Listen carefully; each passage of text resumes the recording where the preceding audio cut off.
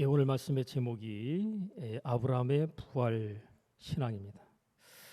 아브라함은 구약의 사람인데 구약 성경에 나와 있는 내용 가운데 신약을 가장 많은 부분 재해석하고 있는 내용이 히브리서의 내용 가운데 있습니다. 그래서 구약 성경에 나와 있는 믿음의 사람들의 이야기들을 히브리서 11장에 담아서 이야기를 쭉 하는데 믿음의 사람들의 이야기 가운데 아브라함의 이야기를 통해서 하나님께서 예수님께서 오시기 이전임에도 불구하고 아브라함을 통해서 부활 신앙이 이미 구약 성경에 소개되고 있었다라는 사실을 우리가 알기를 원하고, 그것을 아는 것으로 그치는 것이 아니라 그 부활 신앙 자체가 우리의 삶 가운데 실제적으로 어떤 영향을 끼치는가, 그것이 나의 삶 가운데 어떠한 생명 역사로 역사되는가에 대한 이와 같은 이해와 깨달음이 우리에게 있어야 될 줄로 믿습니다. 우리가 성경적인 지식을 아무리 많이 가지고 있어도 그 지식이 내게 생명으로 유익되지 않으면 아무런 유익이 없는 것이죠. 때문에 우리가 하나님 말씀을 읽고 깨달아진 것을 내 인생과 삶 가운데 반영하고 순종하고 적용을 했을 때 하나님께서 왜 그렇게 말씀의 내용을 우리에게 주셔서 그렇게 하라고 하셨는가, 때로는 하지 말라고 하셨는가에 대한 것들을 우리가 경험적으로 알 수 있습니다. 머리로서 아는 지식과 경험적으로 아는 지식은 완전히 다른 거죠. 때문에 부활신앙은 우리가 머리로서만 이해하는 것에 그쳐서는 안 되겠다라고 하는 것을 오늘 부활주일인 이 시간 예배 가운데 우리가 다시 한번 생각하게 됩니다. 자, 하나님께서 우리에게 말씀을 주시는데 그 말씀 자체를 성경은 하나님으로서 말씀이 되어서 우리 가운데 오신 분으로서 예수님을 말하고 있습니다. 태초에 말씀이 계시니라. 이 말씀이 하나님과 함께 계셨더니 이 말씀은 곧 하나님이시니라. 다시 말해서 말씀 자체가 하나님이시라고 말하고 있습니다. 여러분, 우리가 어떤 말을 딱 하게 되면 그 말은 곧 나 자신을 그대로 반영하는 겁니다. 때문에 하나님께서 말씀을 하셨다 그러면 그 말씀하신 그 자체가 곧 하나님이신 거죠. 그 말씀이신 하나님께서 우리에게 기록되어진 말씀으로 말씀을 주셨는데 그 기록되어진 말씀으로서의 그 말씀을 우리가 내 삶 가운데 마음 가운데 특별히 심어서 그것이 열매되어 나타날 수 있도록 하는 것을 하나님께서 우리에게 기대하고 계십니다. 자, 하나님께서 말씀이신데 그 말씀 되시는 하나님께서 우리에게 말씀을 주십니다. 자, 하나님께서 말씀을 주시면 우리는 어떻게 되겠습니까? 말씀을 받아 먹어야죠. 예수님께서 그렇게 말씀하셔요. 나를 먹으라는 거예요. 그래서 내 살을 먹으라고 말씀하시고 내 피를 마시라 그러잖아요. 그래서 그것을 우리가 성찬 예식을 통해서 우리가 경험을 하게 되는데, 우린 날마다 예배를 통해서 하나님의 말씀을 받아 먹는 것을 통해서 예수님께서 우리 안에 들어와 계시지만 또 들어오셔서 우리에게 생명으로 역사되어지는 그 체험을 해야 되는 것이죠. 우리가 하나님의 말씀을 받아 그것을 완전히 먹어서 소화를 시켜버리게 되면 우리의 삶 가운데 하나님께서 함께 하시는 초자연적인 기적 같은 역사들이 나타나는 것이 자연스럽고 당연하게 됩니다. 문제는 하나님의 말씀을 내가 받아서 먹느냐 먹지 않느냐, 이것으로서 우리의 삶 가운데 하나님의 역사가 나타나느냐 나타나지 않느냐로 나뉘어지게 되는 것이죠. 우리가 잘 아는 대로 신명기 28장에 가면 하나님께서 하나님 말씀에 대해서 순종과 불순종의 내용들을 이게 둘로 구분해서 말씀을 하시는데, 하나님 말씀에 순종할 때 하나님께서 내가 너에게 이렇게 복을 주겠다고 복에 대한 내용들을 쭉 열거하십니다. 근데 하나님께서 주신 바의 말씀을 너희가 순종으로 받으면 이렇게 복을 주겠지만, 너희가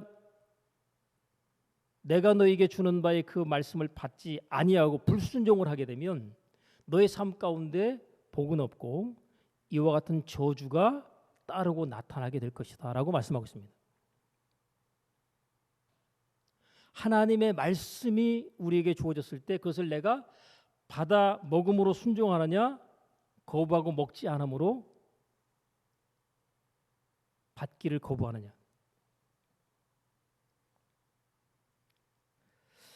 선택을 하나님께서 우리에게 주시고 너희가 복을 선택하든 저주를 선택하든 선택하라라고 말씀하십니다.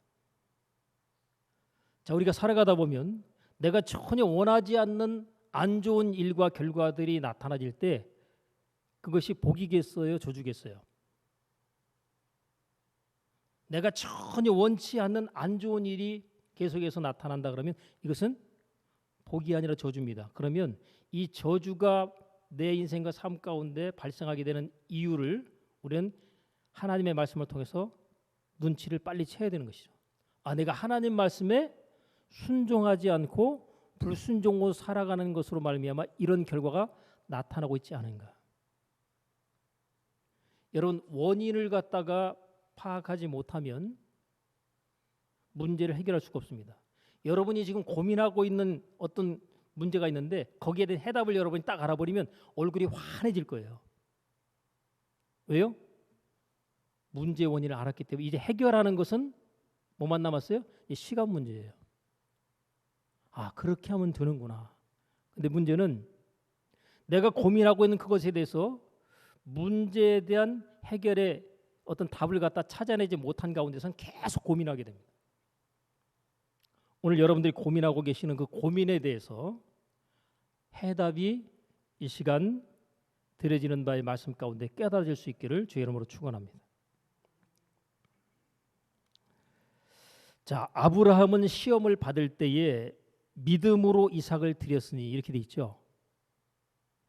하나님께서 아브라함에게 100세의 아들 이삭을 주십니다. 물론 그 이전에 이스마엘이라는 자식이 태어나지만 그건 본처인 사라를 통해서 출생한 아이가 아닌 것이죠. 하나님께서 주신 약속의 자녀가 아니라는 것이죠. 약속의 자녀로서 하나님께서 사라를 통해서 주신 이 아들을 통해서 이삭을 통해서 하나님께서 하나님의 약속과 뜻을 이어가시겠다라고 말씀을 하신 바가 있거든요. 그런데 그 아들이 장성해 가는 과정 속에서 하나님께서 그 아들 이삭을 아브라함에게 제물로 바치라라고 하는 그런 말씀이 주어집니다. 자, 여러분, 하나님의 말씀이 주어졌을 때 그 말씀을 어떻게 해야 복이 된다고요? 그 말씀을 순종을 해야 복이 된다고 그랬잖아요. 만약에 불순종하면요, 복이 아니라 화가 될 수 있고 저주가 될 수 있습니다. 아브라함이 고민이 됐겠어요, 안 됐겠어요? 하나님 100세에 주신 그 아들, 우리가 흔히 하는 말로 눈에 넣어도 아프지 않다 라고 표현되는 그런 자식인데, 하나님께서 그 아들을 제물로 바치라고 할 때 부인하고 상의가 되겠어요, 안 되겠어요? 부인하고 상의하면 100% 이거 안 됩니다.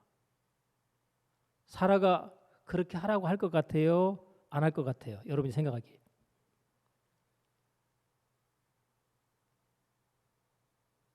사라가 아들 이삭을 낳아서 품에 안고 바라보면서 내가 이 나이에 이렇게 아이를 낳고 젖을 먹인다고 하는 것을 누가 생각이나 했겠느냐라고 하면서 너무너무 기뻐하면서 그 아들 이삭을 키웠거든요. 근데 그 아들 이삭을 제물로 하나님께서 바치도록 요구하십니다. 여러분들과 하나님의 말씀을 받고 들을 때 이게 과연 하나님께서 말씀하신 게 맞나 맞지 않나라고 고민스러울 때가 있어요. 잘 분별해야 되는 건 맞지만 이건 너무나도 분명하고 확실하게 하나님께서 아브라함에게 말씀하셨습니다. 그 이전에도 하나님께서 아브라함에게 나타나셔서 종종 말씀하셨기 때문에 아브라함은 하나님께서 자기에게 아들 이삭을 바치라고 요구하신 그것도 하나님께서 말씀하신 그런 사실을 알게 됩니다. 그러나 하나님의 말씀에 순종해서 사흘 길을 걸어가서 하나님이 지정하신 그 장소에서 아들 이삭을 제물로 드리기로 결정합니다. 오늘 본문의 말씀에서는 저는 약속을 받은 자로 돼 그 독생자를 드렸느니라 이렇게 나오죠. 하나님께서 어떻게 이런 걸 요구하시냐? 예? 아들을 제물로 드려서 그것을 나에게 바치라. 하나님 좀 너무 잔인하지 않나 이런 생각이 들지 않아요? 근데 여러분, 하나님께서 먼저 이 일을 행하셨다는 사실을 우리가 기억해야 됩니다. 하나님이 세상을 이처럼 사랑하사 독생자를 주셨으니 이는 저를 믿는 자마다 멸망치 않고 영생을 얻게 하려 하심이니라. 하나님의 아들로 쓰신 예수님께서 화목 제물로 십자가에서 죽으십니다. 꼭 누구 같아요? 구약 성경에 나오는 아브라함은 꼭 하나님 아버지 같고 아들 이삭은 꼭 예수님과 동일시되는 이런 모습이 연상이 됩니다. 하나님께서 먼저 그것들을 계획하시고 아브라함을 통해서 이삭을 제물로 드리는 이 사건을 구약 성경 가운데 재현해 놓으셨어요. 다만 예수님께서 화목제물로 실제 죽으셨지만 이삭은 죽었을까요? 안 죽었을까요?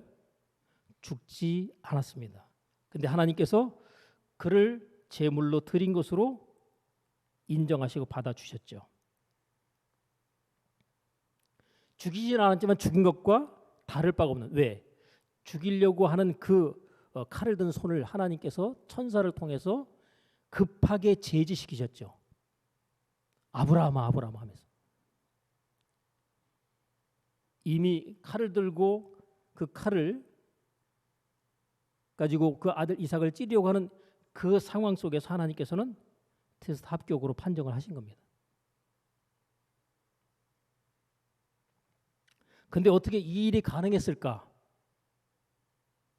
아브라함의 부활 신앙은 18절에 보면 하나님께서 저에게 이미 말씀하시기를 내 자손이라 칭할 자는 누구로 말미암아서요?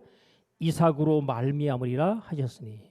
그러니까 땅의 모든 족속이 너를 인해서 복을 받을 것인데 내 자손이 하늘의 별과 같이 많을 것인데 그 수를 세고 헤아릴 수 없을 것이다 라고 말씀하셨어요. 내 아들 이삭을 통해서 그런 일이 있게 될 것이다. 그런데 하나님께서 그를 제물로 드리라고 하셨고 그를 죽이도록 하셨습니다. 그러니까 아브라함의 입장에서는 하나님께서 그를 통해서 그렇게 하신다고 하셨는데 그가 죽으면 그런 일이 일어날 수가 없는 거죠. 그죠? 그러니까 아브라함의 입장에서는 19절에 보면 저가 하나님이 능히 죽은 자 가운데서 다시 살리실 줄로 뭐한지라 생각한지라. 만약에 하나님께서 아들 이삭을 갖다가 죽이도록 하셔서 내가 죽였다면 그 아들을 도로 어떻게 하실 줄로요? 살리실 줄로 생각하고 그 순종을 감행했던 겁니다. 여러분, 하나님께서는요 죽은 자도 다시 살리실 수 있습니다. 그게 하나님이에요. 우리가 믿는 하나님은 전능하신 하나님이거든요. 물론 죽는 것을 그대로 두게 할 수도 있지만 하나님의 섭리와 계획과 뜻에 의해서 죽은 자라도 다시 살리신 것이 하나님의 목적이고 계획이라면 다시 살리시는 것도 하나님이 능히 하실 수가 있다는 거죠. 아브라함은 이것을 믿었습니다. 그 아들이 죽어도 다시 뭐 할 줄로요? 살 줄로, 하나님이 살리실 줄로 믿었습니다. 이게 아브라함의 부활 신앙인 것이죠. 죽어도 뭐 하겠고? 살겠고. 그래서 예수님께서 이렇게 말씀하시죠. 나는 부활이요 생명이니 나를 믿는 자는 죽어도 살겠고 무릇 살아서 나를 믿는 자는 영원히 죽지 아니하리니. 이것을 내가 믿느냐 그러죠. 자, 여러분, 예수님께서 부활하신 부활의 사건이 십자가의 죽으심을 통해서 부활하신 이 사건이 내게 있어서 나도 예수님의 부활하신 까지 나도 부활하여 참 생명 가운데 영원히 살게 될 것이다 라는 소망, 그것을 우리가 바라보게 되잖아요. 근데 중요한 것은 우리가 이 땅에 사는 날 동안 예수님께 십자가에 죽으셨다가 다시 사셨어요. 자, 예수님께서 부활하셨다. 우리가 예수님의 부활을 기뻐하고 즐거워합니다. 근데 중요한 것은 예수님의 부활이 내 실제적인 삶에 어떤 영향을 끼치느냐, 이것은 생각해 보셨나요?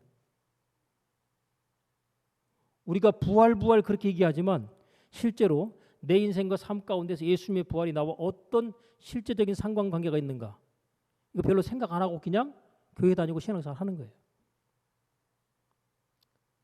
우리의 삶 가운데 예수님이 부활하신 그 부활의 참 생명이 우리 삶 가운데 실제적으로 나타나지는 체험이 있어야 된다는 거죠.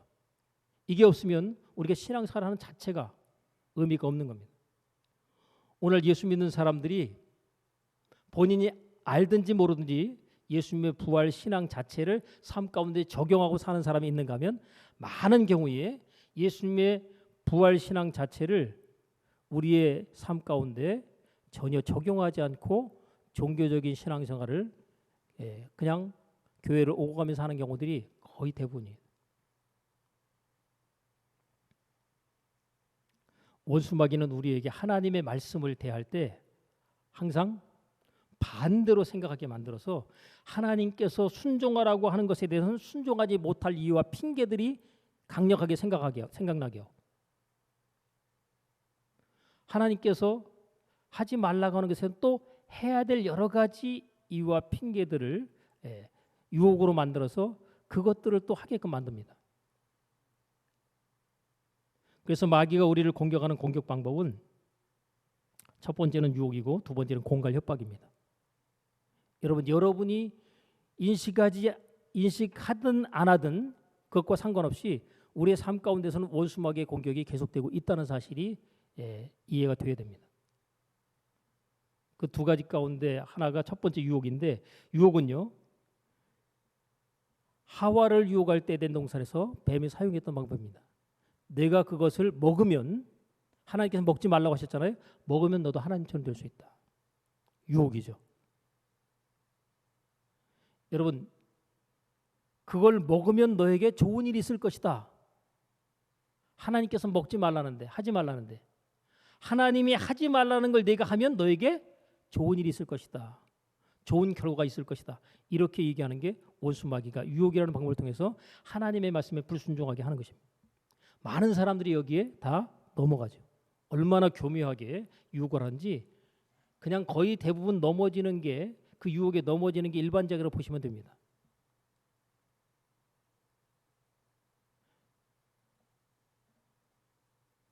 성령의 충만함을 통해서 하나님의 은혜가 그에게 부어지고 임하지 않게 되면 넘어지는 것은 거의 기정사실이에요. 그 유혹을 뿌리시기가 너무너무 힘들고 그렇습니다. 여러분에게 성공과 출세를 100% 보장해 주겠다라고 하는 약속을 담보로 하게 되면 여러분들, 우리가 영혼까지도 팔아버릴 수 있는 그런 상황에 자기를 내놓을 수도 있어요. 여러분, 전 세계에서 최고 가는 부자를 여러분 만들어 주겠다라고 원수마귀가 약속을 하고 내 영혼을 내게 담보로 잡아라. 담보로 내놔라. 내가 내 영혼을 갖다가 담보로 잡고 그렇게 해주겠다. 다만 그 영혼은 지옥 가는 것을 내가 결과로 만들어도 너는 그것에 대해서 그 어떤 이의도 제기할 수 없다. 이게 조건이에요. 여러분, 까짓거 뭐 죽고 난 다음에 지옥 가고 뭐 하는 거 그거 신경 쓸 거 뭐 이 땅에 사는 날 동안 내가 세계에서 최고 가는 부자로 살 수만 있다면 뭔가 좀 거래가 좀 될 것 같습니까? 아니, 세계에서 최고 가는 부자라니까요. 세계에서 최고로 모든 사람들이 주목하는 명예를 너에게 주겠다. 이런 조건들이 원수마귀가 내거는 조건이 될 수 있어요. 그 유혹에 넘어가지 않고 그것을 이기기가 어렵다는 거죠. 그래서 거기에 넘어간 무수히 많은 사람들이 오늘날 세계에서 나름으로서 최고의 자리와 위치에 서 있는 사람 가운데 그런 경우들이 많아요. 특별히 인기를 얻기 위한 가수들 입장에서는 여러분, 무명으로 수십 년을 썩었는데 내가 너를 최고로 유명한 사람 만들어주겠다 그러면요, 그 유혹에 넘어가지 않기가 쉽지 않습니다. 여러분, 우리나라 안에서도 최고의 가수들로 편성되어 있는 사람들 가운데 보면 막 사단을 대놓고 찬양하는 그런 노래 부르는 사람도 있어요. 사단을 대놓고 막 찬양을 불러요. 성경에서 말하고 있는 사단을 대표하는 루시퍼라는 이름을 우리나라, 외국도 아니고 우리나라에서 그냥 부릅니다. 막. 근데 사람들이 또 그 노래를 갖다 굉장히 또 호응하고 또 인기를 갖다가 사람들이 인기 있는 어떤 연예인으로 그들을 주목하게 되는데, 여러분, 사단은 자기를 높이고 찬양하고 하게 되면 세상 사람들로부터 인정과 높임을 받게 해줍니다. 사단에게 있어서 대가를 지불한 결과가 자기들에게 오는 겁니다. 두 번째로 공갈 협박을 통해서 원수마귀는 우리를 갖다가 공격을 하게 되는데, 여러분, 공갈 협박할 때 너 하나님 말씀 따라 순종하면 크게 손해 볼 수 있다, 이렇게 힌트를 줘요. 자, 여러분, 하나님 말씀 따라 순종하면 여러분 크게 손해 볼 수 있다. 그러면 여러분 크게 손해 보시겠어요? 그 손해 안 보려고 신앙생활을 어떻게 해요? 적당히 해라 그러죠. 적당히. 그러니까 하나님 앞에 예배 드리는 것도 횟수가 만약에 여러 개가 있다면 한 번만 딱 드리도록 그렇게 할 거예요. 하나님 앞에 헌신하는 것도 그냥 교회만 나가서 예배드리고 참석하는 것만도 그것 저기지, 무슨 뭐 내 시간 내 가지고 뭘 하나님 앞에 섬기고 봉사한다고 하느냐. 이것 자체에서 원수마귀가 그건 너에게 손해다라고 얘기를 해줄 겁니다. 여러분, 하나님 말씀에 순종하면 너 손해본다. 그래서 많은 사람들이 손해보지 않으려고 신앙생활을 적당히 하면서 하나님 말씀에 불순종을 습관처럼 해버립니다. 손해 안 보려고 신앙생활을, 하나님 말씀에 불순종하는 신앙생활을 습관처럼 해버려요. 자기도 모르게. 더 나가서 너 하나님 말씀에 순종하면 죽는다. 여러분, 너 하나님 말씀에 순종하면 너 그러다 죽는다 그러면 이성적인 판단으로 죽으려고 그러겠어요? 안 죽으려고 그러겠어요? 안 죽으려고 하는 게 사람의 본성입니다. 육체를 입고 있기 때문에. 그래서 안 죽으려고 하다 보니까 하나님 말씀에 순종이 돼야 안 돼요? 안 돼요. 순종을 안 하는 게 당연하게 여겨집니다. 근데 원수마귀가 너 하나님 말씀에 순종하면 죽는다고 얘기해요. 여러분, 죽고 싶어요? 안 죽고 싶어요? 솔직히. 안 죽고 싶죠? 그러니까 순종이 될까 안 될까요? 그래서 안 되는 거예요.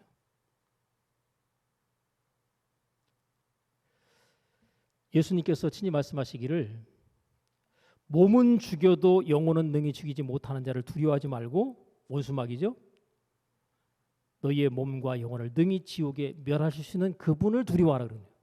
우리가 두려워할 대상이 원수마귀예요? 하나님이에요? 많은 사람들이 하나님은 안 무서워하고 누구를 더 무서워해요? 원수마귀를 더 무서워해요. 여러분, 하나님이 무서워요? 귀신이 무서워요? 귀신 나왔다 그러면 막 무서워하잖아요. 하나님 나타나셨다 무서워요, 안 무서워요? 그러니까 하나님 말씀보다 마귀의 말을 더 무서워하는 거예요. 그러니까 누구 말 듣겠어요? 마귀 말을 듣습니다. 그래서 마귀가 사망 권세를 쥐고 있기 때문에, 예수님은 사망 권세를 이기셨죠. 원수마귀가 사망 권세를 쥐고 있어요. 그래서 너 내 말 안 듣으면 죽인다? 육신을 갖다 죽인다? 생명 뺏는다? 뭐한다? 이런 식으로 공갈 협박을 하게 되기 때문에 많은 사람들이 이게 굴복을 하게 된다는 거죠. 굴복하는 이유는 성경에 나와 있는 대로 죽기를 두려워함으로 일생에 원수마귀에게 매여서 종로로 타는 자들, 그들을 구원하시고 해방시켜 주시기 위해서 누가 오셨어요? 하나님의 아들로서 예수님이 오신 겁니다. 그러니까 우리도 알지 못하는 가운데 원수마귀에게 종으로 잡혀가지고 원수마귀가 시키는 대로 하며 사는 거예요. 하나님 말씀에 순종하는 게 아니라. 여러분, 교회를 다니고 있지만 누구의 말을 더 잘 들을 것 같아요, 우리가요? 원수마귀의 말을 더 잘 듣습니다. 왜요? 안 죽으려고. 너 내 말 안 들으면 죽는다? 이런 식으로 공갈 협박을 원수마귀 계속하는 거예요.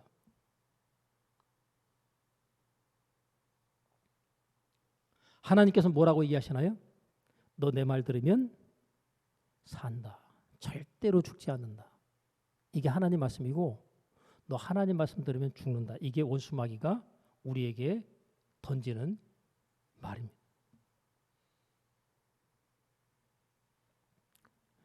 여러분, 예수님께서 말씀하신 나는 부활이요 생명이 나를 믿는 자는 죽어도 살겠고, 여러분 죽지 않을 뿐만 아니라 만약에 죽는다 하더라도 하나님이 다시 살리십니다. 이게 부활의 신앙과 믿음을 가지고 있는 자가 원수마귀의 영적인 싸움에서 반드시 인식해야 될 것입니다.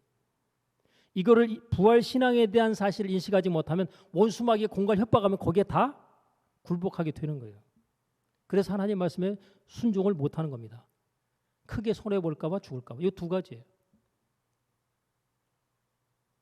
여러분, 내가 하나님 말씀에 순종하다가 기꺼이 나는 손해보리라. 나는 하나님 말씀에 순종하는 것 때문에 내가 죽는 것도 각오하리라 하게 되면 여기 예수님께 십자가의 죽으심을 감수하시고 그 다음 상황 부활로 넘어가는 상황이 발생하는 겁니다. 여러분, 죽지 않으면 뭐가 없어요? 부활이 없습니다. 내가 죽음을 경험하지 않은 상태에서 부활은 없어요. 예수님께서 부활하셨다. 우리가 막 기뻐해요. 예수님 부활하셨다. 근데 나도 부활을 해야 될 거 아니에요.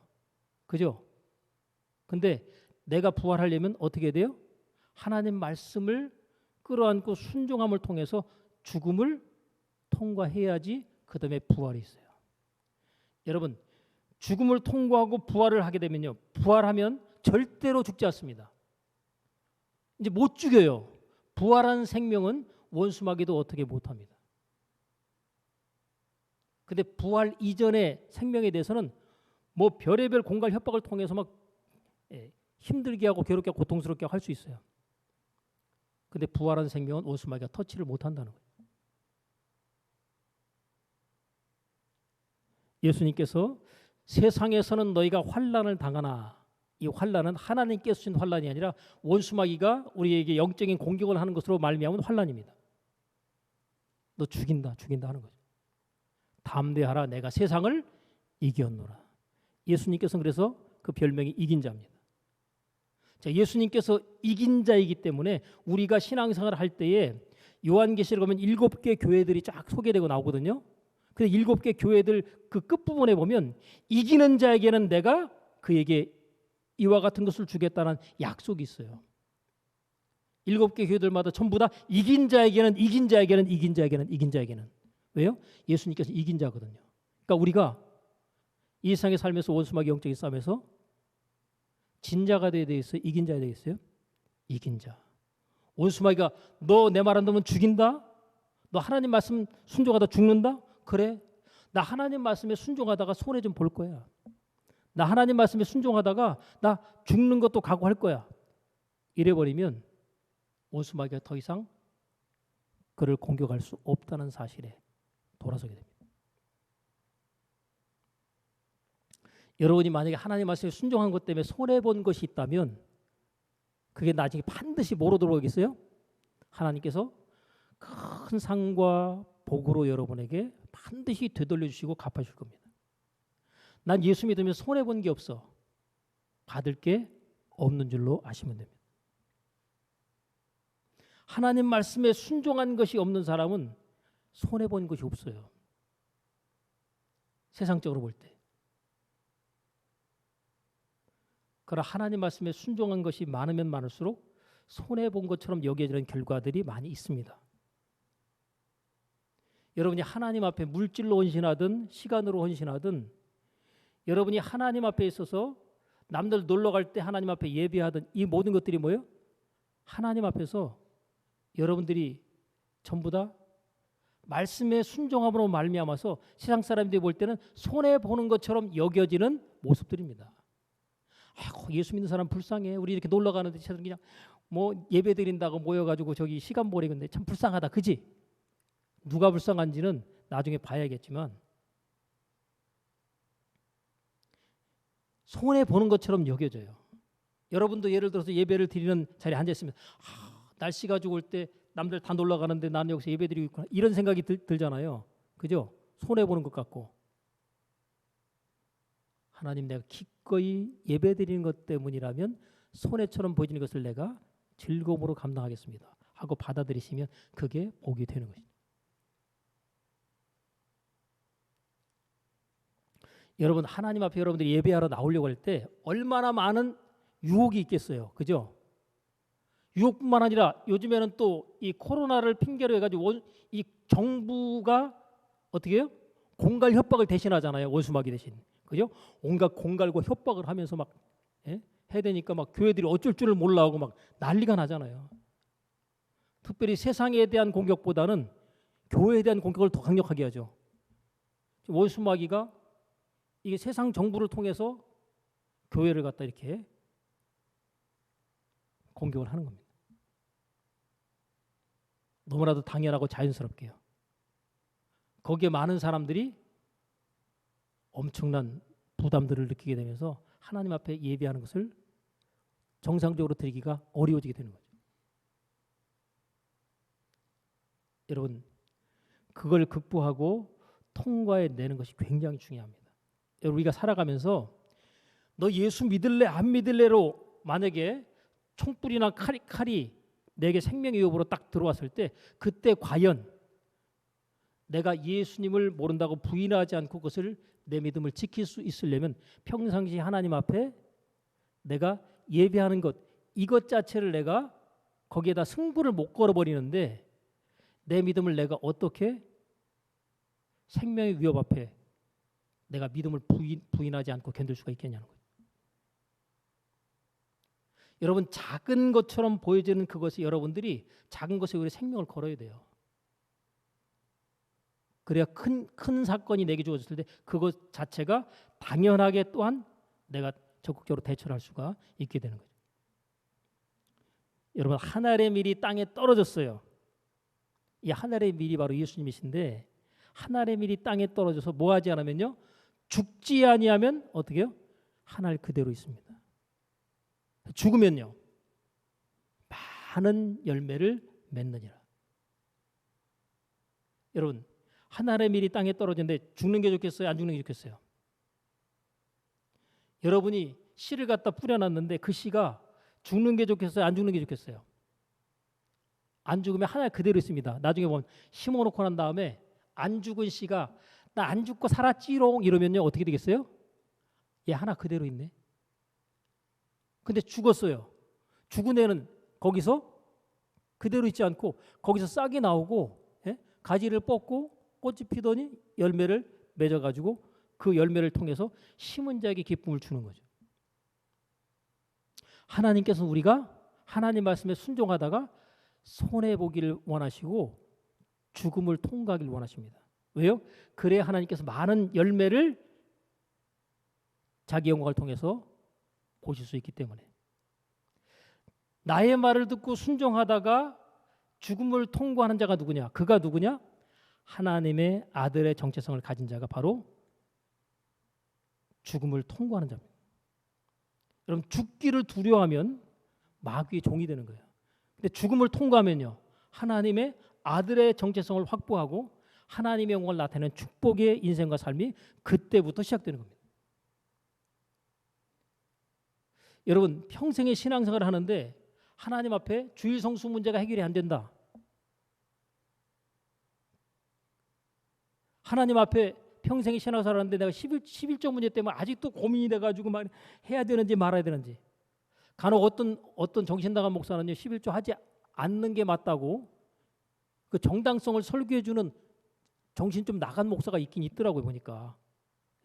유튜브에도 그렇게 설교하고 강의하는 목사들이 간혹 있어요. 완전히 이렇게 한쪽으로 치우친 쪽에 잘못된 가르치는 적이 있는데 그런 설교 들으면요 기쁠까요 안 기쁠까요? 11조 때문에 고민하는 사람이 그런 설교 들으면 기쁠까요 안 기쁠까요? 아이고 내가 찾던 목사님과 그 설교가 여기 있네. 그죠? 마음의 위안을 받습니다. 맞아. 하나님은 물질이 필요하지 않으셔. 여러분 물질이 필요하진 하나님께서 왜 내 재물과 내 소산물의 처음 익은 열매로 하나님을 공경하라고 하실까요? 이유는 그리하면 내 창고가 가득히 차고 내 집 들에서 포도즙이 넘치도록 해주기 위해서 내가 그런 거지 내가 돈을 원해서가 아니라는 거예요. 내 보물이 있는 곳에 뭐가 있어요? 마음이 있다. 하나님 우리의 마음을 하나님 앞에 드리길 원하시는 겁니다. 근데 그 마음이 마음만 가는 게 아니라 뭐예요? 물질이 있는 곳에 마음이 같이 가는 거예요.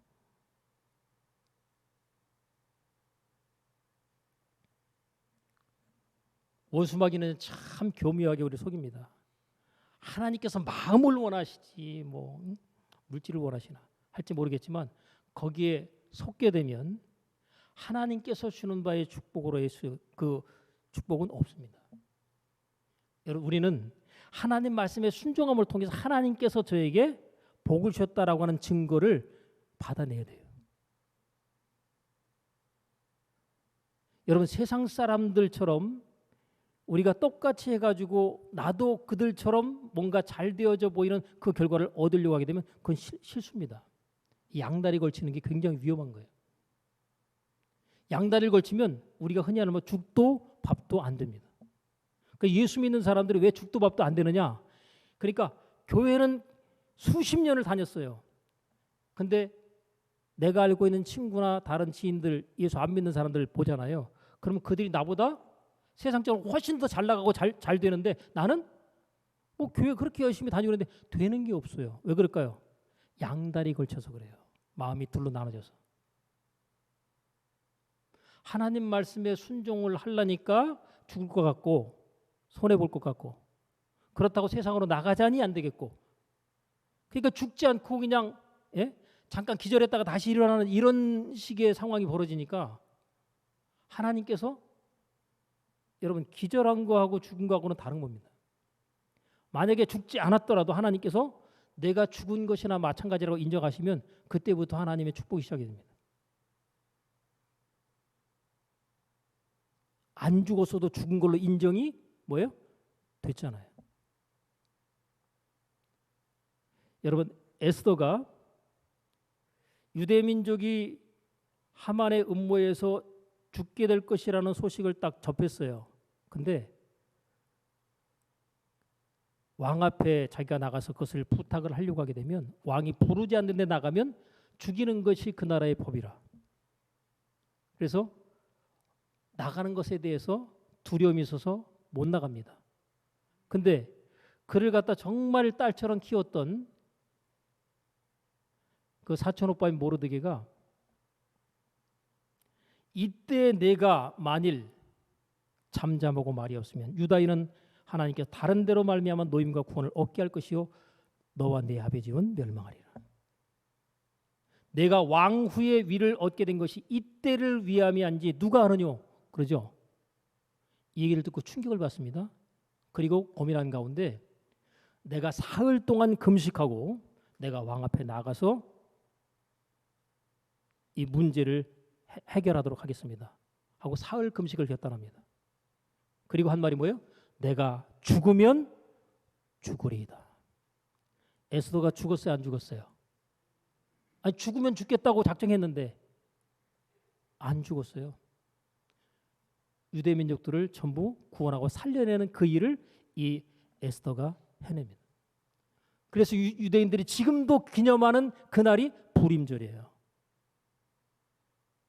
에스더는 모든 유대인들의 최고의 영웅입니다.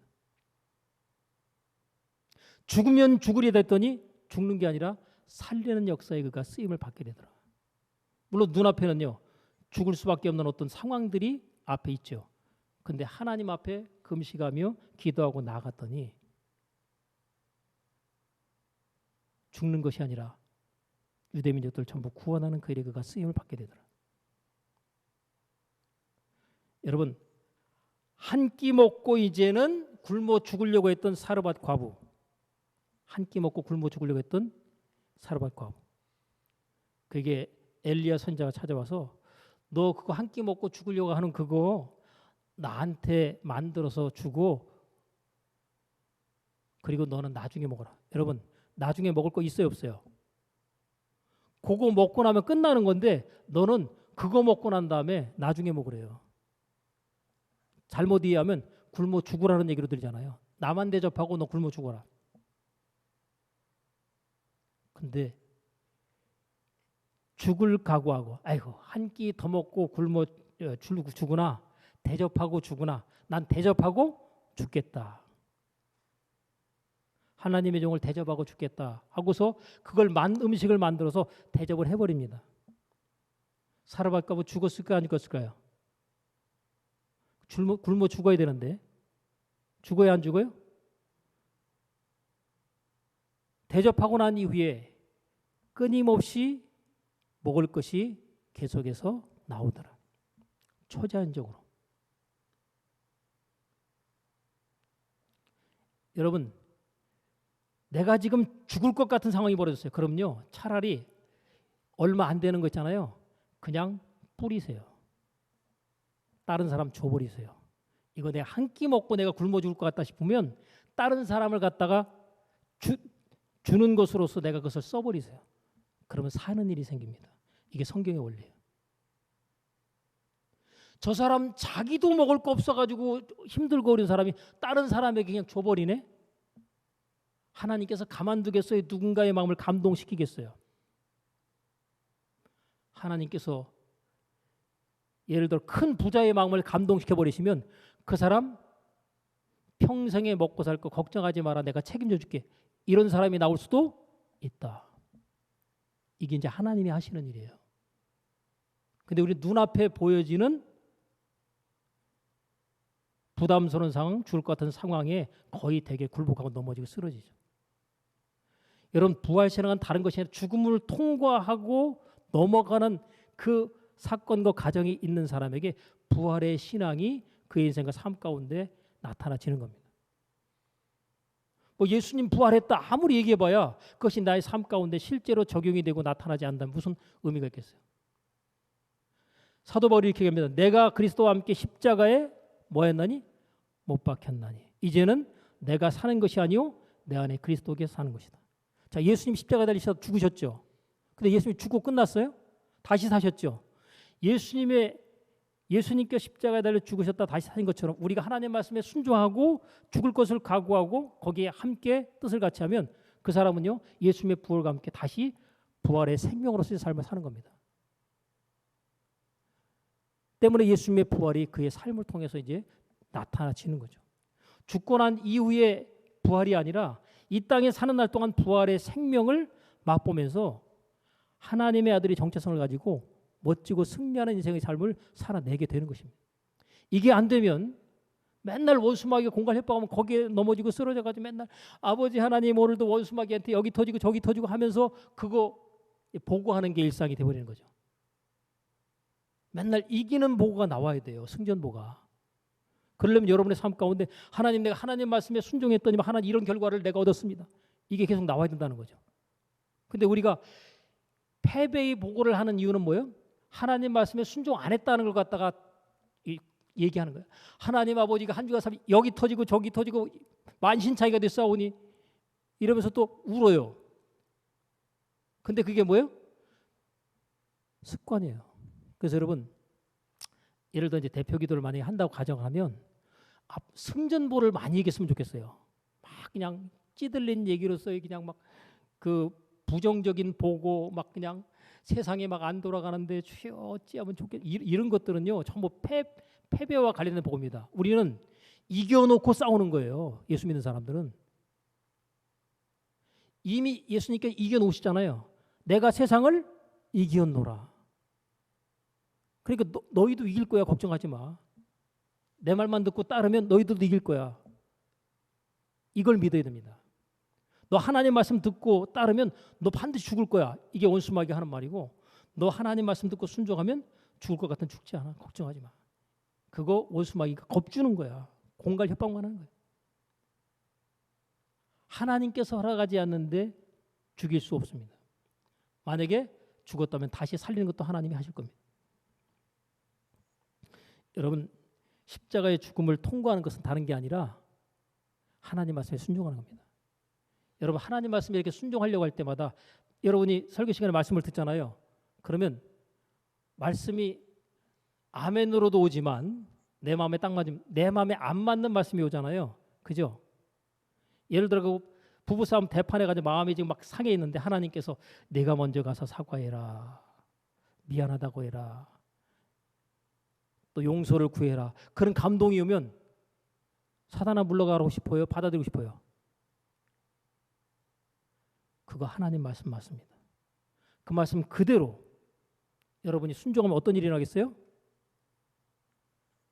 부부가 즉시로 화해되고 화목하게 됩니다.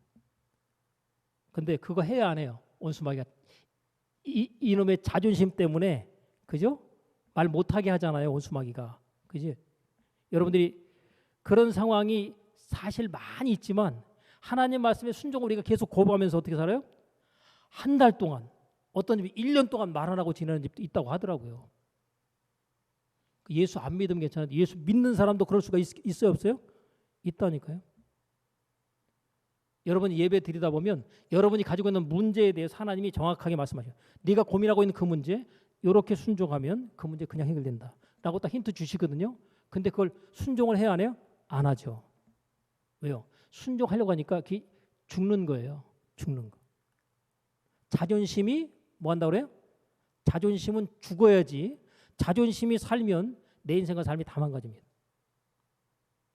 자존심은 죽여야 돼요. 자존감은 높여야 되지만 자존심은 죽어야 됩니다. 근데 우리가 자존심을 안 죽여요. 이 자존심이 안 죽으니까 뭐예요? 부활의 생명의 역사가 안 나타납니다. 사도 바울이 부활장인 고린도전서 15장에서 이렇게 해요. 나는 날마다 뭐한다? 사노라예요? 죽노라예요? 나는 날마다 죽노라. 왜 부활장에서 죽는 얘기 할까요? 그래야 사니까. 여러분 죽지 않고 부활의 생명을 못 얻어요. 여러분 죽지 않으면 하나님께서 생명으로 역사하지 못합니다. 하나님께서 우리가 황금률로 주신 바의 말씀을 보면 남에게 대접을 받고자 하는 대로 남을 먼저 대접하라 이렇게 돼 있죠. 근데 저 사람이 나 대접할 때까지 내가 대접하나 봐라. 그리고 안 대접한다고 또 그 사람 욕해요. 부부관계도 마찬가지 아닙니까? 상대방이 나한테 먼저 대접해주면 잘해주면 좋죠. 근데 내가 먼저 잘해주면 그건 조금 상대방이 잘할 때까지 계속 기다린다. 원수마귀에 속는 겁니다.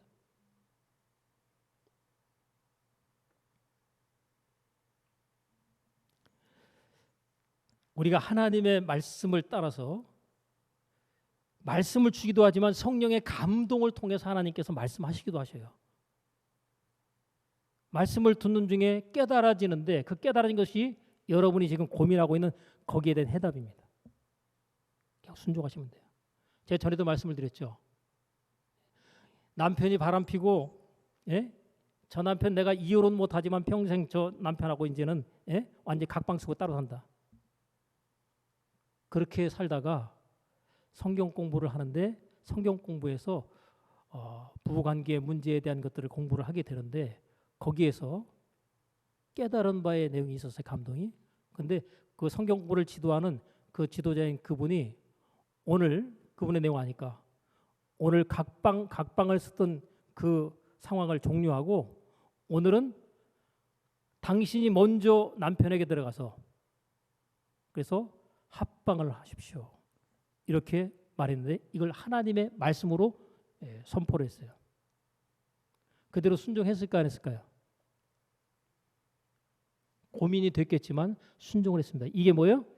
이게 자존심을 죽이고 십자가를 갖다가 통과하는 과정입니다. 남편이 평생 마음 가운데 무거운 짐을 지고 있는데 그 남편만 지고 있는 게 아니라 본인도 각방 쓰면서 계속해서 자기 나름으로서의 마음의 고통을 계속 겪고 사는 거예요. 근데 하나님께서 그 나눠지는 마음을 하나 되라. 각방에서 한 방 써라. 라고 말씀하시는데 이게 하나님의 음성으로 받아들여 순종을 해버리니까 남편이 어떻게 되겠어요? 완전히 변화가 되어버려요. 그리고 난 이후에 이 부부가 하나님의 은혜에서 정말 행복하게 살아가는 그 출발점이 되더라는 거죠. 여러분 원수마귀는요. 자존심 때문에 하나님 말씀을 순종하지 못하게 만드는 그런 방식으로 수많은 가정과 부부들, 인간관계를 전부 다 깨버립니다. 여러분 하나님께서 우리에게 용서를 할 때 나를 힘들게 하고 괴롭게 했던 그 사람 용서하는 거 그거 어렵다고 생각할지 모르지만 하나님께서 이렇게 말씀하십니다. 너희가 그의 허물과 잘못을 용서하지 않으면 내가 너에게 용서한 것도 취소하겠다.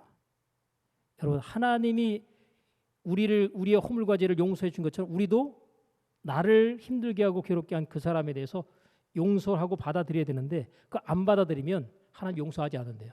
그래서 하나님이 용서하지 않기 때문에 나타나지는 결과가 뭐냐면 지옥 같은 삶을 삽니다. 하나님 말씀에 불순종한 결로 지옥을 살아요. 미워하면서, 이를 갈면서. 예? 그게 다 어디로 오겠어요? 심장병으로 옵니다. 온갖 몸의 질병으로 나타납니다. 용서하지 않은 자에게 오게 되는 몸의 여러 가지 안 좋은 현상들,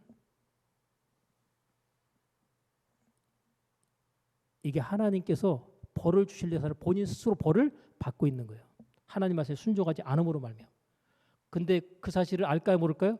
모르는 거예요. 그냥 내가 하나님 말씀에 불순종함으로 말미암아 내가 미워하면서 용서하지 않으면서 상대방을 갖다가 정죄하면서 그러면서 고통 느끼면서 온 몸의 질병을 끌어안고 그렇게 사는 거예요. 여러분, 질병과 고통 가운데 있는 사람, 내가 생각나는 건 나를 고통스럽게 했던 사람, 나를 힘들게 했던 사람, 그 사람을 내가 예수님의 이름으로 기꺼이 용서합니다.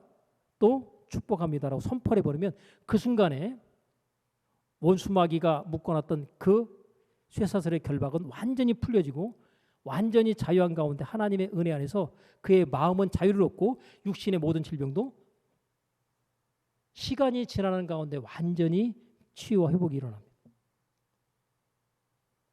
여러분, 부활의 참 생명은 하나님 말씀에 믿음으로 순종하면서 십자가를 통과하는 가운데 하나님이 주시는 바의 축복으로 나타납니다. 우리의 삶 가운데 하나님 말씀을 순종하는 것 그 자체가 십자가처럼 부담스럽게 느껴지는 그것이 있다면 여러분, 그 십자가 내가 지든지 감당하셔야 됩니다. 십자가를 통과해야만 하나님께서 우리의 삶 가운데 부활의 생명을 통해 주시는 참된 예수 안에서 주시는 바의 은혜와 축복의 삶의 시작이 될 것입니다. 여러분의 삶 가운데 부활의 참 생명이 십자가의 죽음을 통과한 자에게 주는 바의 은혜와 축복의 증거로서 증거되어 나타날 수 있기를 주의 이름으로 간절히 축원합니다. 기도합니다. 하나님 아버지, 부활의 이 아침에 우리가 예수님께서 부활하신 부활의 기쁨과 감격을 우리가 감사함으로 감격함으로 고백하는 것뿐만 아니라 우리의 삶 가운데 우리도 하나님 말씀을 기꺼이 믿음으로 받아들이고 순종함을 통하여 십자가를 통과하게 하사 부활의 참 생명이 삶의 영역 모든 부분 속에서 나타나는 역사가 있도록 주님 은혜 베풀어 주옵소서. 예수님의 이름으로 기도합나이다. 아멘.